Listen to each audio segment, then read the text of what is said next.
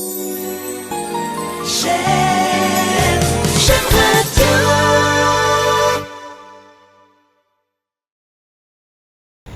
trouve actuellement au rond-point de Lanester.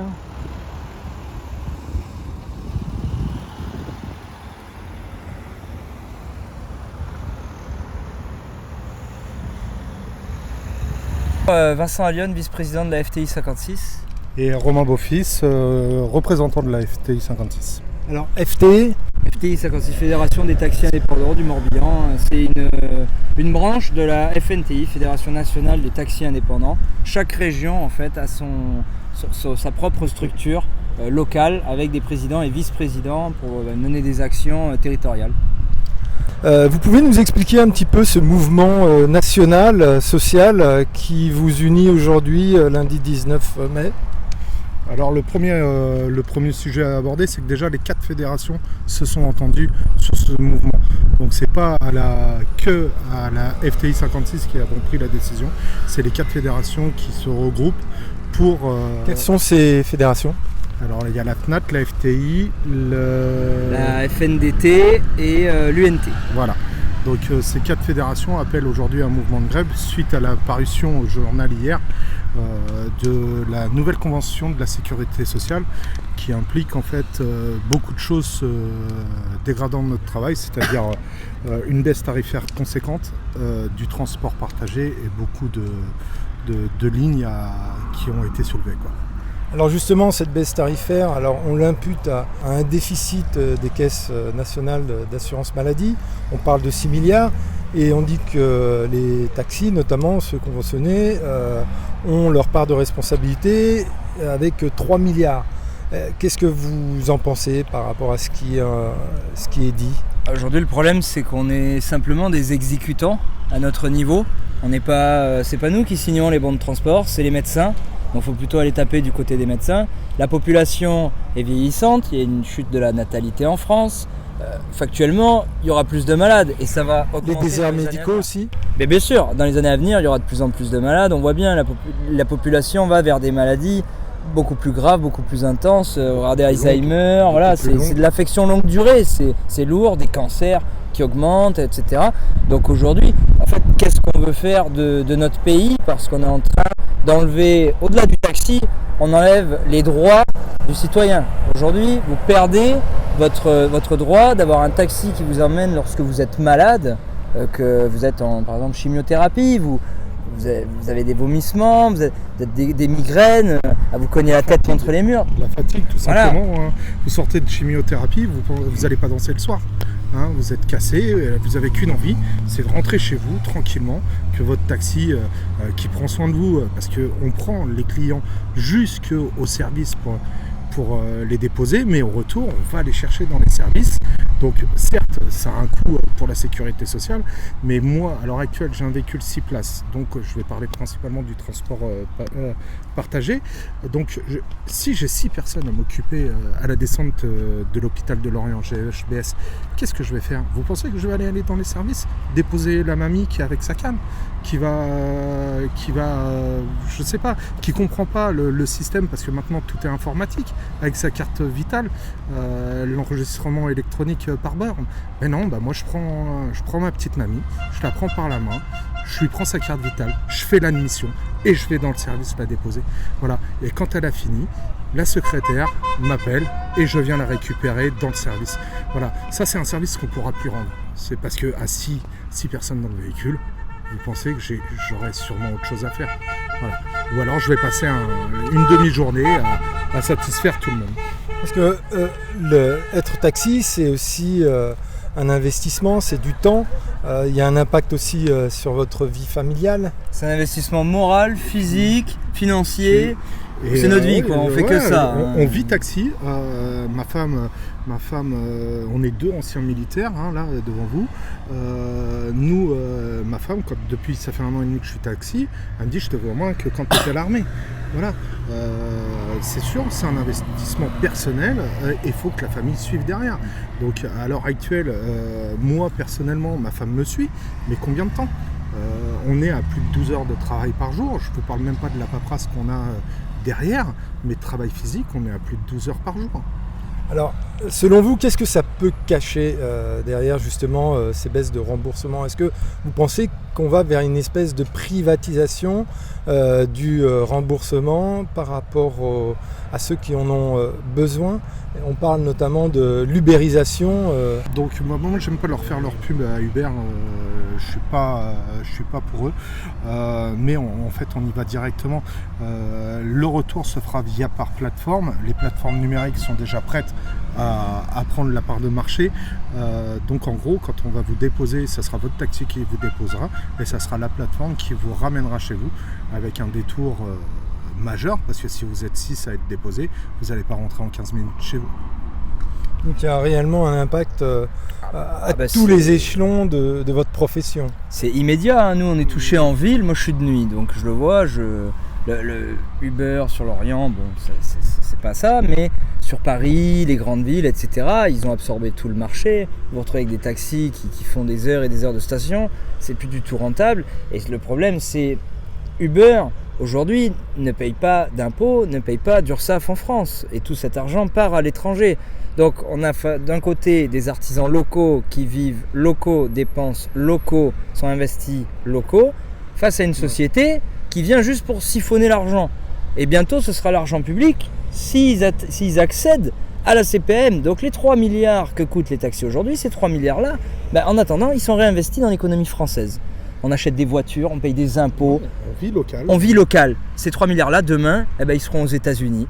Je pense que, vu la guerre économique que nous mènent les États-Unis, il faut choisir dans quelle direction on veut aller.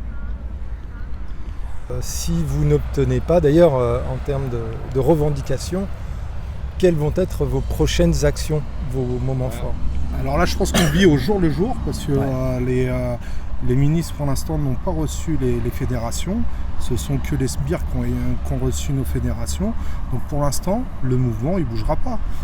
Tant qu'on n'est pas reçu par les responsables de l'État, de toute façon, on restera en place.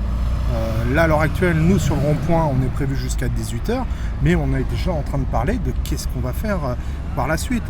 Certes, on sait très bien que le mouvement, l'État ne cédera pas aujourd'hui, mais il va falloir nous recevoir très rapidement, parce que pour l'instant, c'est du pacifique. À un moment ou à un autre, les gens vont en avoir marre d'être pris pour des imbéciles. Et donc aujourd'hui, on est à la Nester. Il y a aussi un mouvement du côté du rond-point de la base à Lorient. Il y a d'autres mouvements comme ça. Vous êtes combien Alors là, on est 61 sur le rond-point de la Nester. Bon, ça a peut-être un petit peu bougé parce que 2 ou 3 ont dû partir à droite à gauche. Lorient, ils sont 25. On a aussi des voitures sur l'hôpital du Scorff, 10 voitures environ. Maintenant on va voir, on va se réorganiser cet après-midi, voir comment on va faire. Mais dans tous les cas, voilà, comme il disait, aujourd'hui c'est un mouvement pacifique. On ne cherche pas la confrontation, on ne cherche pas à casser ou quoi que ce soit. Non, on est dans le dialogue. Voilà. Pour l'instant, on est dans le dialogue. Le problème, c'est qu'en face de nous, ça ne dialogue pas. Donc, il y a un moment où le dialogue va s'arrêter et le mouvement va se renforcer. Mais bien sûr. Après, si on est en France, on le sait, les manifestations, c'est français. Mais on a l'impression d'obtenir les choses que quand il y a de la casse. Donc, pour l'instant, il est pacifique. Pour l'instant, nous, on a appelé au calme, mais quand on fait le tour du rond-point, ça commence à dire comme quoi que c'est pas assez virulent. Ça commence à dire. Donc il y a un moment ou un autre, voilà, il faudra peut-être sauter l'étape. Et j'en serais désolé si on en arrive là, parce que pour l'instant, nous, on est dans la négociation, on n'est pas dans l'action. Donc qu'ils ouvrent les portes, qu'on se mette autour de la table, qu'on parle, et après voilà, on calmera les esprits. Alors, les forces de l'ordre, visiblement, ont mis des panneaux de déviation. Est-ce que c'est pas une sorte de défiance vis-à-vis de vous? Tout l'Orient est barré là, donc ils ont mis des panneaux de partout, déviation, donc ça participe à ce qui est en place avec la CPM depuis 2 ans. Donc en fait, on nous fait croire qu'on communique.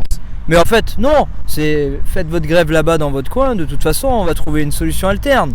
Donc nous aussi, on va réfléchir à une solution alterne, parce qu'on n'est pas là pour prendre le soleil sur le rond-point. Oui, le but c'est pas de faire un barbecue entre collègues. Oui, voilà, là on voit que vous êtes, c'est un plutôt bon enfant, barbecue. C'est une organisation il y a pour aussi remercier les gens. On remercie les gens aussi de leur présence. Bien sûr. C'est de manger, de trouver une convivialité et de ne pas partir dans une grève beaucoup plus dure. Une radicalisation plutôt du mouvement. Mais la prochaine fois, ce ne sera peut-être pas des saucisses qui brûleront. Voilà, actuellement. On est monté d'un cran, c'est-à-dire qu'à 10h du mat, il n'y avait pas de pneus qui brûlaient. On a reçu à 10h30 un beau petit mail de la CNAM nous spécifiant maintenant comment ça allait se passer. Bizarrement. Alors, comment ça va se passer? En force, c'est-à-dire qu'ils nous imposent leurs règles. Bizarrement, les pneus à 11h ont été allumés. Donc voilà, c'est pas anodin. Le mouvement monte gentiment. Pour l'instant, comme je vous ai dit, on est dans la négociation, on n'est pas dans l'acharnement, dans la confrontation. Donc on demande à être entendu et reçu. Voilà, reçu déjà. Après, entendu, ça sera la deuxième étape. Mais déjà qu'on soit reçu par les gens, les dirigeants, c'est-à-dire ministre de la Santé et ministre du Transport. Alors, je suppose que dans les revendications, vous avez des solutions. Quelles sont-elles? Se mettre autour de la table, déjà. Dans un premier temps. Et oui, la communication, c'est la première des bases. C'est-à-dire que la CNAM a dit « on vous écoute, mais ne nous a jamais écouté ». On vous a entendu, mais ne nous a jamais écouté. Donc, on se met autour de la table, on est grand, on est adulte, on est français.